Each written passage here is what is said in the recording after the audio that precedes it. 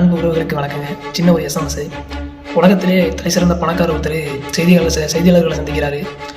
சந்திக்கும் போது அந்த செய்தியாளர் வந்து அந்த பணக்காரரை பார்த்து ஒரு கேள்வி ஒன்று கேட்குறாரு.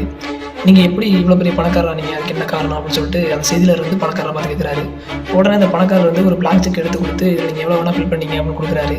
ஸோ செய்தியாளர் வந்துட்டு டக்குன்னு ஆச்சரியப்பட்டுறாரு. இவ்வளோ பெரிய பிளாங்க் செக் எடுத்து கொடுக்குறாரு, என்ன பண்ணலாம் அப்படின்னு சொல்லிட்டு டக்குன்னு சிரிச்சிடுறாரு. உடனே செக்கை வாங்கி வச்சுக்கிட்டு அவர் ஒரு வார்த்தை சொல்கிறாரு.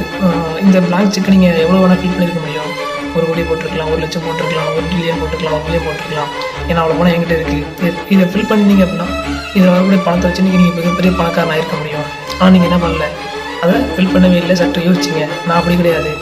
எனக்கு ஒரு வாய்ப்பு கிடைச்சது அப்படின்னா சின்ன வாய்ப்பு பெரிய வாய்ப்பு அப்படின்னு பார்க்காம கிடைக்கக்கூடிய ஒவ்வொரு வாய்ப்பையும் நான் என்ன பண்ணேன் அப்படின்னா எனக்கு ஏற்ற மாதிரி நான் பயன்படுத்திக்கிட்டேன். அதனால் மட்டும்தான் நான் பணக்காரனானே அப்படின்னு சொல்லி அவர் சொல்கிறாங்க.